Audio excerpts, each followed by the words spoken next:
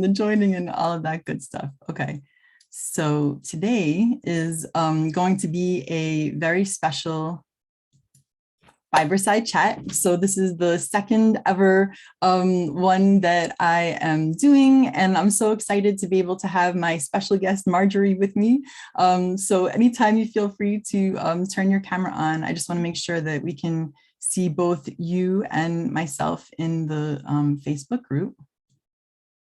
So let's see here. I have it set to, there we go. Okay, so we have Marjorie is joining me today. And so, yeah, so thank you everybody for joining us. Wait, oh no, where did she go? Hang on. I can't see you. So you can leave yourself unmuted, Marjorie. Just so I can see you. I can't. Your face. Yeah. Okay, there we go. I think we're, yep, I can hear you and see you. Perfect. Okay. Good, okay. good. I can't see the, if anyone's typing any questions, if you could read them to me. Yep, I will be more than happy to. Yep. So this is going to be our second ever Fiberside Chat. And so the reason that we're having these talks is so that as a community, we can get to know each other a little bit better. We can hear more from the vendors, the teachers, the artists, the community members, and have a little bit more of that human connection that, especially in these past few years, that I know I'm definitely craving. So I'm so grateful and thankful that Marjorie is joining me today. And so for those of you that did not see the first Fiberside Chat, that was with Caitlin Dunn of Dun Spun. And what I've done is for all of these events, I'm going to use the hashtag Fiberside Chat. So you can just go into the Wool and Fiber Arts group, do a search for that hashtag, and then all of these interviews will come up. So this is our second one, but if you ever miss a future one and you want to check it out, you can use that hashtag and hopefully they will all turn up. So without further ado, my special guest, as I said, is Margery Erickson, and she is from Opalessence Studio. And so she's going to be joining me today. So thank you so much for being my special guest today. Thanks for asking me. This is kind of fun. Yeah. No problem. So the way this works is that I'm going to ask you a couple of questions, and feel free to go off on a tangent. We're just here to get to know you a little bit better, and I have a special question at the end for you. So that being said, since you are part of the Wool and Fiber Arts community, can you just let us know a little bit about like who you are, what you're interested in as a fiber artist? Sure, I can do that. I've been a member, I guess, for about a year, but I've been a member of the fiber world since the 1990s. Probably longer than some of you have been around, perhaps. I don't know. I always feel that way. What I do is mostly weaving, and right now I'm wearing this. I'm kind of excited about this. I'm starting to make some kits for people with rigid-headed looms as well as floor looms. So this is a kit. Kind of a part of the kit anyway. So I'm excited to do that. So I've been weaving for a long time. I also do some spinning as well, a little bit of knitting, a little bit of crocheting. But my main reason for weaving was because I wanted to make fabric for myself to cut up and to sew into clothing, which is probably not normally what people do. I think what happens is when I started cutting up my fabric and sewing things, people are like, oh, you've been doing this for a long time. I'm like, no, I've only been doing it for a couple of months at that time. So that's why I did it. So now, were you making your own clothing before? Like, were you using, commercially made fabrics before? Or was this just like an idea you had and you never did it before, but like you saw something and were inspired? No, correct. I was one of those girls in high school that I loved sewing class, but I really wasn't that thrilled with cooking. And I guess the sewing teacher, of course, those days, now it's called consumer science, realized how much I loved sewing in 7th grade. And I also didn't want to look like everyone else. So I made my own odd clothing, I guess, and probably stood out sometimes. And then I still kept sewing off and on. And basically it was cheaper and I could, again, make sure I had something no one else had. So that's, I had been sewing for a long time. No, that's really interesting. I've been reading a book and I thought maybe I might have it next to me on my table, but I don't. But it's really interesting in talking about how people that make their own clothing have this ability to make clothing that fits their bodies and the way that you know, you have like the high fashion and the wastefulness of the fiber or the fashion industry, and like that kind of I don't want to say like debate, but there's like obviously this conversation, right, about how clothing may not necessarily be made for every body, that there has to be this like standard size and this like this standardization. But when you make your own clothing, that there is not only a liberation in the sense that it fits your body, but then, you know, you can pick like the fabrics and the textures that you feel comfortable in, you know, as opposed to wearing something that somebody like says that is clothing or that you need to wear. So when you say that, you know, you're odd or you're different, you know, and it had like the words that you were using maybe had more of like a negative connotation. To me, I think that's such a positive, you know, because you're being an artist, you're creating something that has never been created before. And, you know, it's handmade. So for the most part, you know, you can tailor it exactly to your specifications if your skills are there. Now, my sewing machine and I, we kind of have this like on again, off again relationship. So I'm always like enamored by people that, you know, feel confident that they can just go and make clothing for themselves. I feel like I can like knit and stuff, but you know, just to be able to sew and make things. So that's really phenomenal. It's interesting. The odd thing was when I was in high school, I felt like I stood out, and that was probably me feeling not confident about myself and kind of negative, but that's not how I feel anymore. I always say I'm in my artsy fartsy and I'm in my my own world, and just, you know, having a good time basically, because you can wear art, and that's what I felt like I was doing. So yeah, you're right, it was negative, but basically over the years it all turned out. And now as you get to a certain point in your life, you know, I can wear whatever I want and have a good time with that. And it's interesting about clothing that fits you. Of course, back in that time, you got patterns and you would cut them out. And then as I started weaving and sewing things for other people, I had to find things that would fit a lot of people. So I kind of did like kimono jacket and just like a pullover top, very easy. I had someone else doing my sewing. I love weaving. I like sewing. And then eventually, now in the last probably 8 years, most of the things are very loose fitting. So they fit, I'd say almost, unless you're teeny tiny or very large, you know, you have that average person in between. The things that I make, they flow on the body, and they really make people, I think, feel good and look good. And that's kind of where it kind of evolved in that, if that makes sense. Yeah, no, definitely. And even, you know, the language that we use, you know, and I'm kind of coming back to this too, because I think, like you were saying, that self-talk and the self-image that we have as fiber artists, right? That we almost use language that can sometimes diminish what we do, or make it not seem like a high art, right? So even calling the things that you're making, so like I can't even begin to know if you're spinning the fiber, you're dyeing the fiber, you're weaving it, you're putting in these countless hours. And then to call it like artsy fartsy, like to me that's like high couture, you know, or what is this? Oh man, there's like a word, bespoke, right? It's a bespoke outfit. And so the language that is used in the fashion industry, right, to refer to these like one of a kind handmade garments, and like what we say, you know, oh, that's just like something that, you know, I put together, and it's like, no, this is amazing stuff that you are making. So use the language that celebrates the time and absolutely and the craftsmanship. Absolutely. And that's why I usually call wearable art. That's what I think I have it on my sign when somebody comes into my booth. But now it's wearable art and what I say, fine hand wovens for the home, or weaving for the home, because what's happened over the past year, people weren't going out and trying things on. So I kind of had to turn gears and go into things that are for your house. And now I'm making lots of towels and placemats.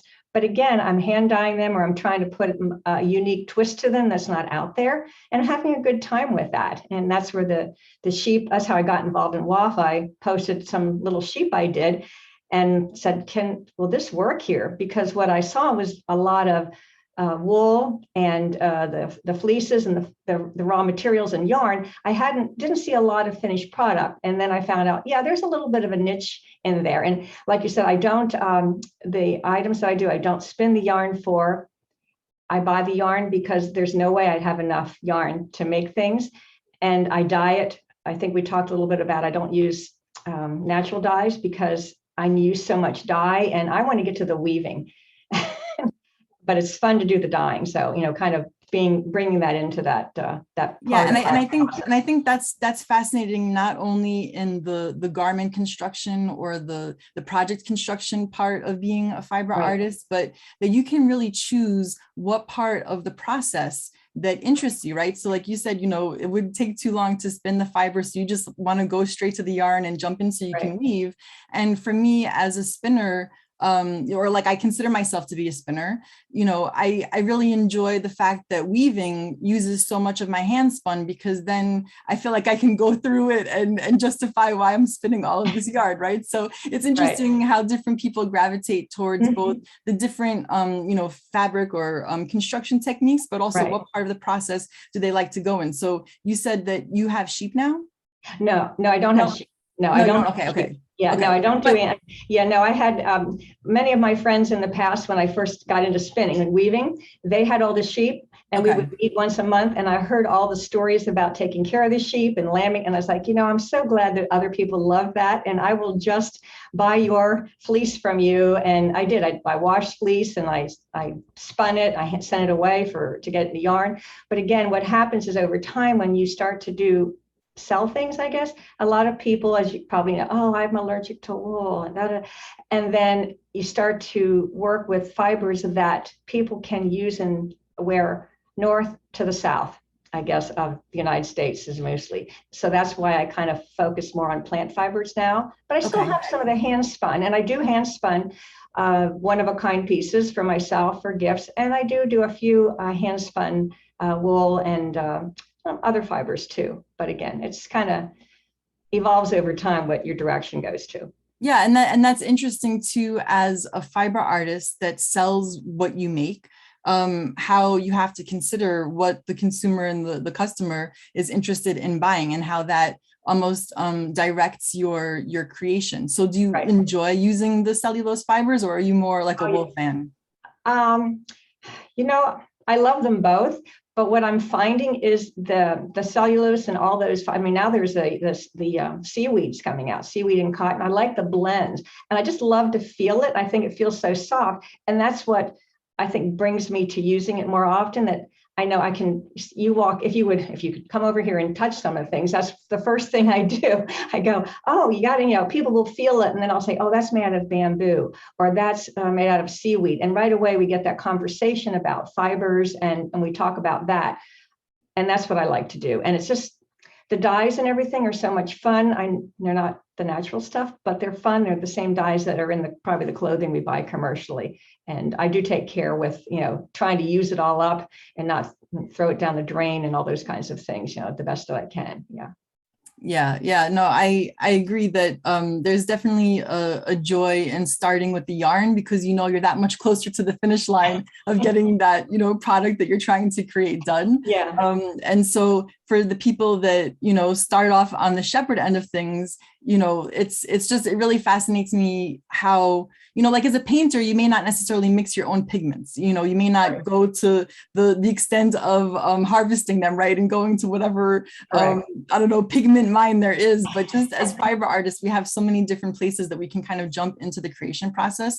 And so I definitely think that starting with the yarn is a great place so that you can just jump into the fabric making and the weaving and all of that. Okay, so since you are a dyer and you do dye yarn, what is your favorite thing to dye, like the yarn? You know what I mean? So for example, like do you dye just like the skeins individually, or do you, because like if you're weaving, do you ever do something different where you like weave and then you dye the fabric, or what's like your favorite thing to dye? I've tried both. My favorite, and if people watch me, they always say, you have like these 20-yard warps, and I'm crazy. I will wind up now a warp that's 20 yards long or longer. And then what I found recently is people like something that's half and half dyed, like green and white maybe, or purple and blue. So now I'm having fun with taking the warp and dyeing it lots of different shades. So as I'm weaving, now the clothing, I've been doing that for years and that's been fun, but now I'm transferring it to towels and table runners. So it's fun to watch as I'm creating the fiber or dyeing the fiber ahead of time, but then I'm also doing some more designing on the loom.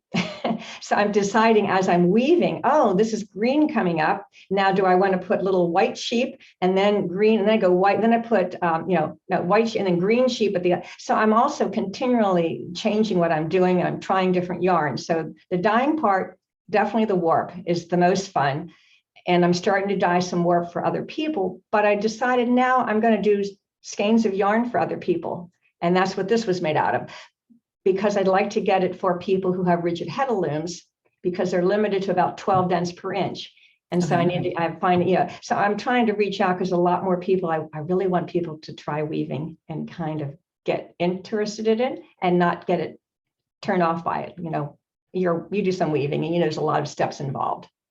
Yeah. And I know that when I first started taking a weaving class, it's really hard, I think, when you're a beginner weaver to really visualize how your color choices when you're picking your warp and your weft are going to work together, because there is this like optical blending of color. And so you can look at like a plaid or like a tartan fabric, or like you can look at things and say, I like that, or I don't like that. Right. But then when you go and you pick your favorite colors, especially if they are not analogous colors or colors that are close to one another on the color wheel. Like I'm a big fan of green and red. And when you put those complementary colors together, they can become very visually jarring in weaving. Whereas maybe in knitting, you could do a couple of rows of green and then one of red. And it just, the yarn and the color plays out so differently in woven fabric. And so I think that's wonderful that you're creating these kits for people, so that when they go to sit down, that they have this sense of accomplishment, because the act of weaving in itself is so, I think, just like with all the fiber arts, right? Like with spinning and crocheting and knitting, there's this rhythmic quality to it that you almost kind of go into this like meditative state, right? Because you're doing this repetitive motion.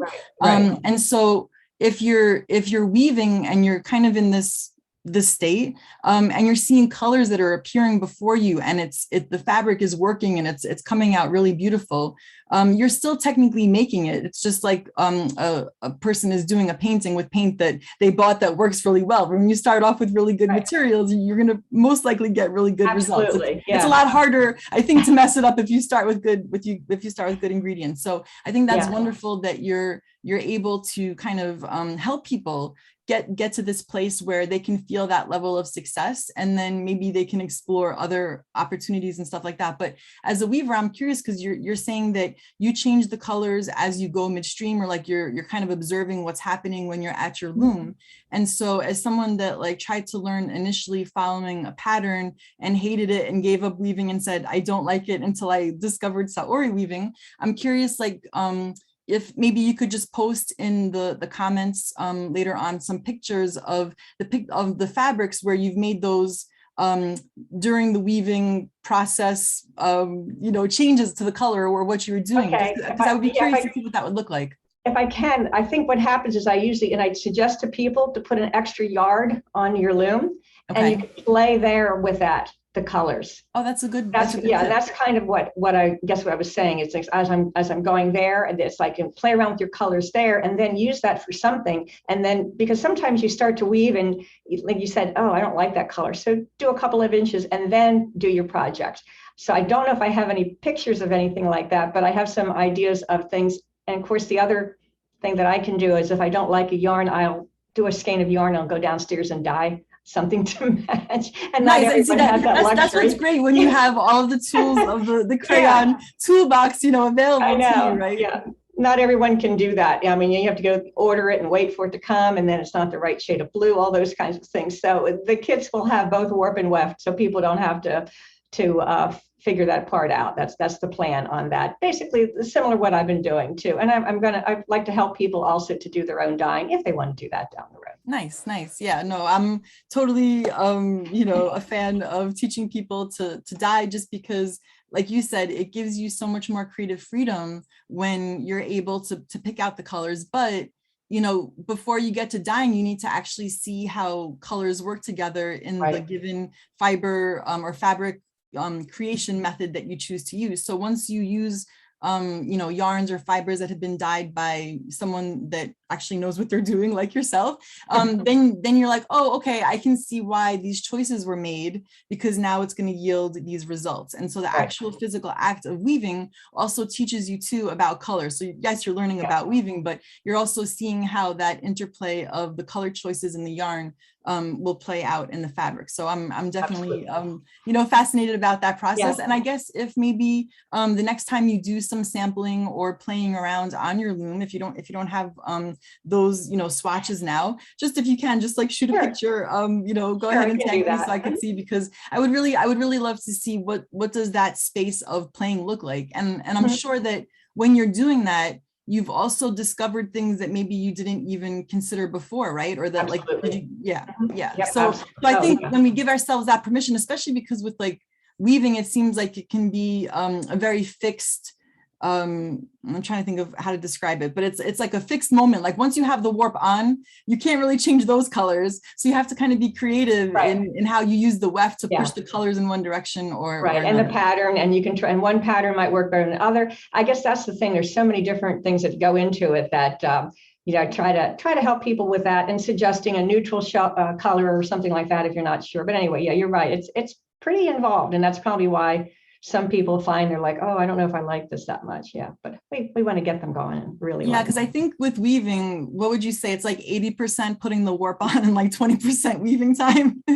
Well, not anymore. You're a beginner anyway, right? I'm going to do I don't know if it'll be next month, but I am going to do some things on like how to fall in love with warping your loom. I don't know. I'm going to do something like that to hopefully give some people some suggestions, so it's not as frustrating for some people. But I know it's a process, and you have to get a chunk of time aside, or at least break up your day. So I have some ideas to try to get to help people with that. Okay, well, I'm going to be in the front row with a bucket of popcorn and my eyes are going to be glued, so I'm just just remind people, bring popcorn, but just don't eat it buttery while you're warping the loom. No, this is just for the watching part, I promise. Unless, like, see, with spinning, having a little bit of grease on your hand can sometimes be beneficial. Absolutely. Not all fiber arts work that way. Not in weaving. You don't want to make marks all over that nice, beautiful yarn you have. That's true. Okay, so let me see. So I know we were talking about the dyeing part, right? But as far as like weaving goes, and I know you said that you weave for clothing, but do you prefer doing like simple weaves, or do you like, woven fabric that has like more complicated patterns in it? What kind of appeals to you for showing off the colors you dye? Well, I find that if you get too complicated, it takes away from the the dyeing. And I try not to get too complicated. Basically, it's twills, turn twills. There's a couple other patterns that have worked. I try not to go into anything really crazy because there's no need to. Most people just see the color. They don't see all that fancy patterning, but the texture I like. So I'll put some kind of a textured pattern in, and not just a tabby or plain weave for clothing. Now for table linens and things like that, they could be plain, or they could have a little twill, but then I put those little critters at each end, or I also put some kind of texture in there, because I think the texture is very important. You can see the texture even on the screen if you can't touch it. So that's a little bit of both on that. Yeah, that must be a challenge in trying to get people to appreciate, especially when you're doing something that is textural and that's color, to have it appear on a monitor the same way that it would appear in real life. So correct. Color. Yeah, this color is actually purple. It does not look like purple to me. And that's the other thing, we all know the best lighting you can get, and do the best you can. That's basically all we can do with monitors and everything. Yeah. All right, so in the spirit of last and the first Fiberside chat, we were doing that on Valentine's Day, so that was a holiday, and today is President's Day, so that's also a holiday. But I was really fascinated, and I went and I looked up what are some of the holidays that are going on today besides President's Day. So I thought maybe I would make this a thing, and I would ask my interviewees for their input. But today is National Sticky Bun Day, and so I was talking to Marjorie about this, prior to the interview. And so she went, and I'll give you the floor, but she went and made some sticky buns. And so could you just tell us a little bit about them and the recipe and all that good stuff? Sure, and I was going to bring what's left with me, but I didn't. My husband, it's only two of us. He loves a sticky bun. Sticky bun recipe. I'm not a baker. I mean, it's like, box recipes, but I had a coworker who would bring all these really goody things in, and she had this really cool sticky bun recipe, and you have it if anyone wants it. You prepare it a night before. You use the dough from the prepared dough. You break it up. You put the walnuts. You put everything in. You mix up this syrupy mix and pour it over the top, sit it in the refrigerator, and then overnight you pop it in the oven the next morning for 30 minutes. And when it's done, you flip it upside down and you have these really, really tasty, easy sticky buns. But it always reminds, we do it at holidays, usually at Thanksgiving and Christmas. So I said this morning, it smelled like it was like a holiday, like a Christmas, so it is a holiday, right? Sticky bun day. There you go. There you go. Every Monday needs to have a holiday attached to it. If we can start off with chocolates like on Valentine's Day. And that was great. That was a lot of fun. Yeah, and you said you were located in Pennsylvania, right? Right. Yeah. I'm an hour from Baltimore, an hour from DC, an hour south of Harrisburg. Okay, so I didn't grow up with sticky buns. I grew up in Brooklyn, so we didn't have more of those like farm comfort foods that that a sticky bun might be associated with. And so when I was little, we took a trip to Pennsylvania to Lancaster in the Amish country. They had this restaurant there called Miller's. I don't know if it's still there, if you're familiar with it. It is still there. Yes. Okay. So that was my first ever encounter with sticky buns, and I just thought that this place was like, I don't know, maybe like the Disney World of food, like culinary, getting all of these like big smorgasbord. It's yeah. Oh yeah. That was wonderful. So when you said Pennsylvania and sticky buns, like you went to Christmas and I went to family vacations, and absolutely. Now I definitely want to try I'm an hour. Yeah, and I'm an hour from. Well, I lived in Lancaster for about 5 or 6 years, so I love that area. I think it's great. That would be very dangerous to me to live that close that close to that restaurant. Yeah. Okay, so I'm just going to go now and check the comments to see if there are any other questions. There's anything, sure. Yep, not a problem, and I'll tell you what people have said as well. Okay, yeah. Okay. So Lynn said that she was looking forward to this so much. So I'm hopeful that today's event is just what you were looking forward to. Sure, you get a little bit something different, hopefully. And I'm not in my studio either, so I usually take pictures of my studio. So I'm in another part of the house, which is kind of makes it a little interesting too. Okay. So Juliet asked, she said, Marjorie, do you have suggestions for patterns or where to start sewing garments with woven fabrics? This is something I very much want to do, but I'm unsure if I have the skills or how to even start. Well, probably the best thing is to try with commercial fabric first. If you haven't done anything before, get something cheap, some fabric, maybe, whatever.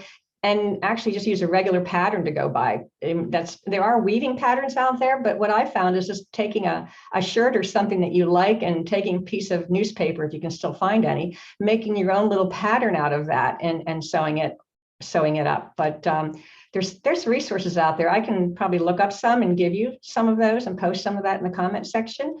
But it's not as scary as it looks. I used to you wash the fabric, so right away it's going to shrink up. So when you cut it, it's not going to right away unravel. I think that's what people think. It's going to fall apart.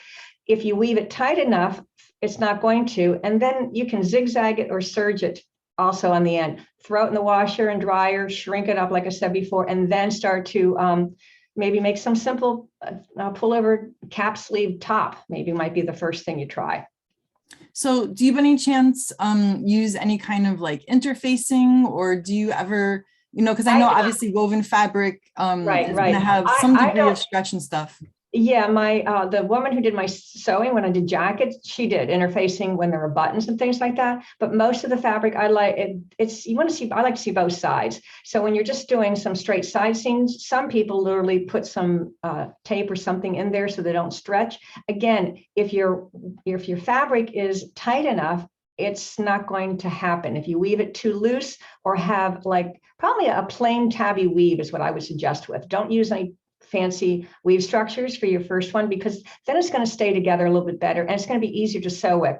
I find that 8-2 cotton fabric yarn and weaving something with that is just the closest I can get to commercial fabric in the store. So I might, or tend to. So you might want to weave with that first. That would be my suggestion that you're going to sew and cut out. Now, do you ever use any kind of like sample looms or anything, you know, like something to just like sample, you know, to have like a pin loom, for example? Oh, yeah, like people do for knitting, they do like a swatch or something that.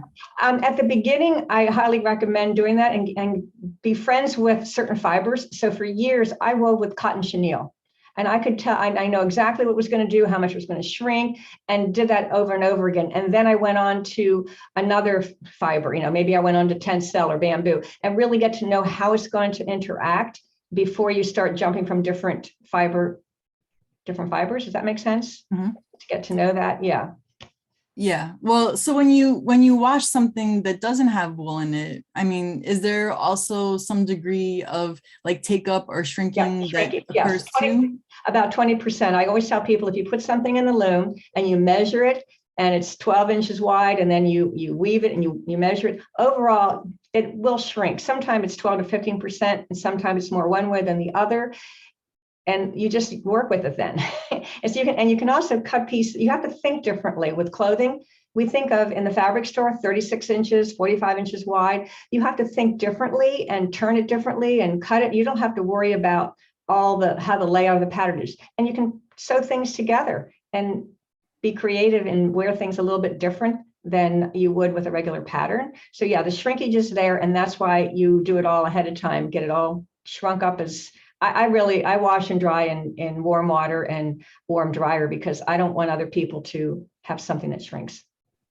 Yeah, I mean, that's a really good, you know, like suggestions and tips that you gave as far as, you know, thinking of it differently than maybe traditional clothing, right? But like definitely if you start off with something that, you know, fits you, that you like. I know that I've done that even with knitting, where I wasn't really a knitter. I was like a spinner and then I went into knitting. So I didn't know about like patterns and stuff in that sense. So I would just take things that I knew fit and I kind of figure out, okay, well, this is, you know, 16 inches wide. So I have to figure out how to make 16 inches worth of fabric.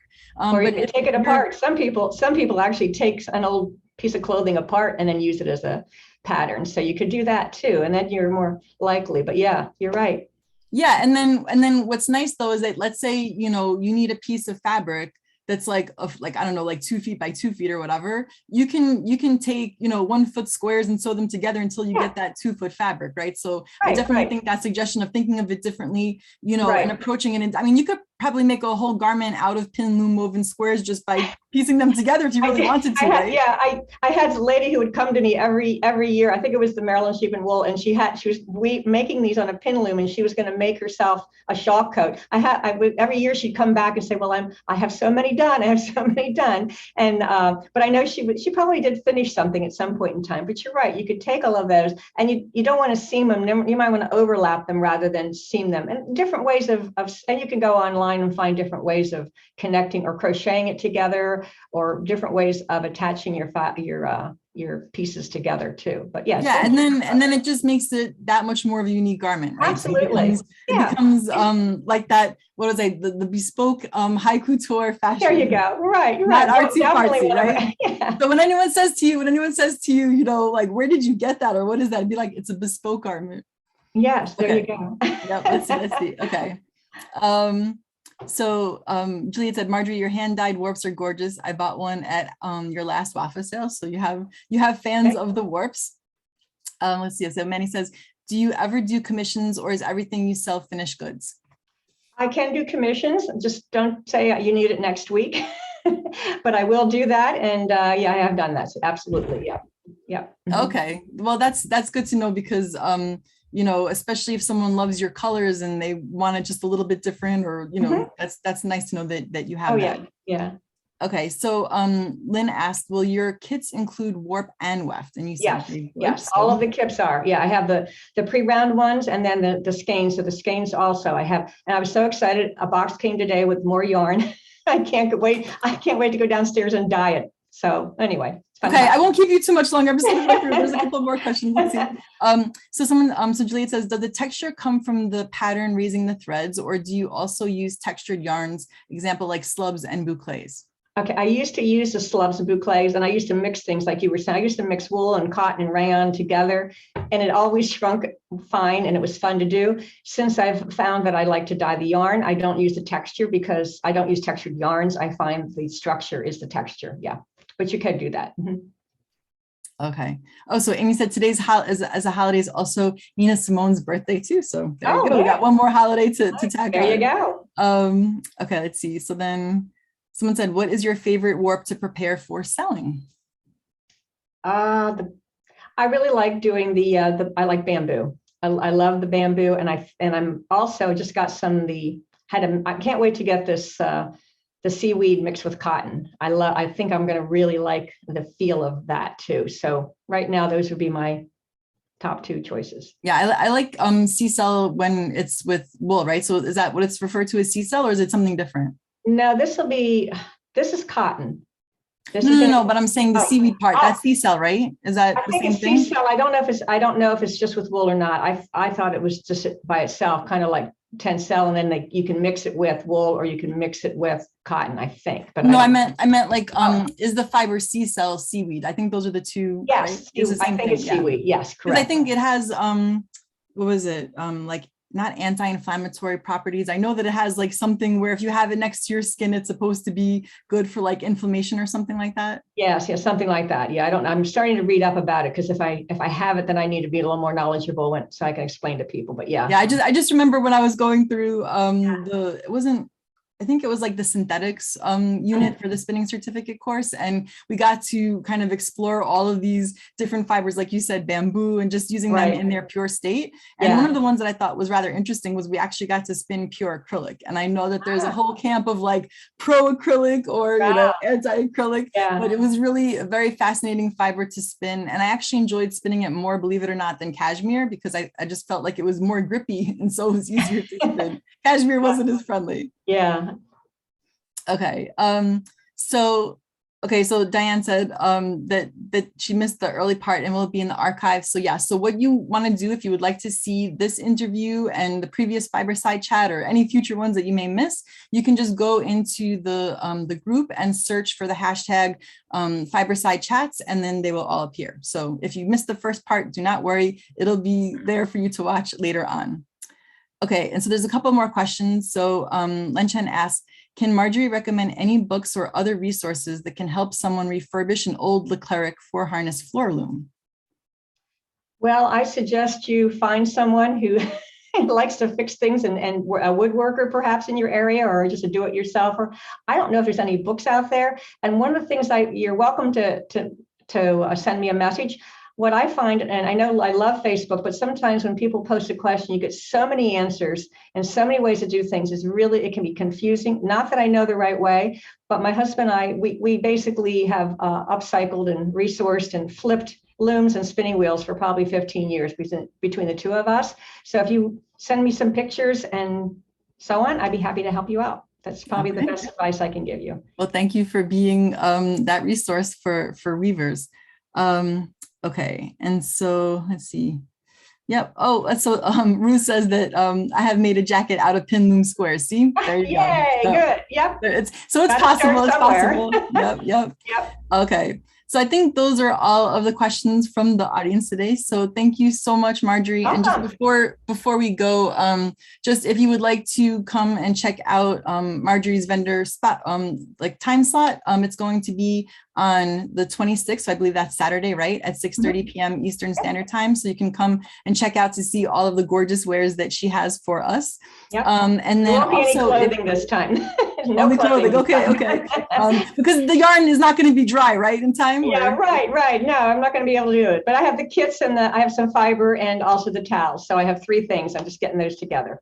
Okay, well, thank you so much. And You're just welcome. For those of you that would like to come check out the next Fiberside chat, it's going to be with Annie Morton of Annie Morton Designs, and that's going to be on February 28th at 1 p.m. Eastern Standard Time. So I'm definitely looking forward to talking to Annie. I think the holiday is going to be sword swallowing day. So we'll see. Can Annie swallow, knitting needles or something like that? No. I wouldn't want anyone to try that and get hurt. But again, thank you, Marjorie, so much for joining. Good luck in getting your yarn dyed and preparing everything for the sale. And it was a pleasure talking to you today. Okay, great. Thank you. All right, take care, everybody. Bye-bye.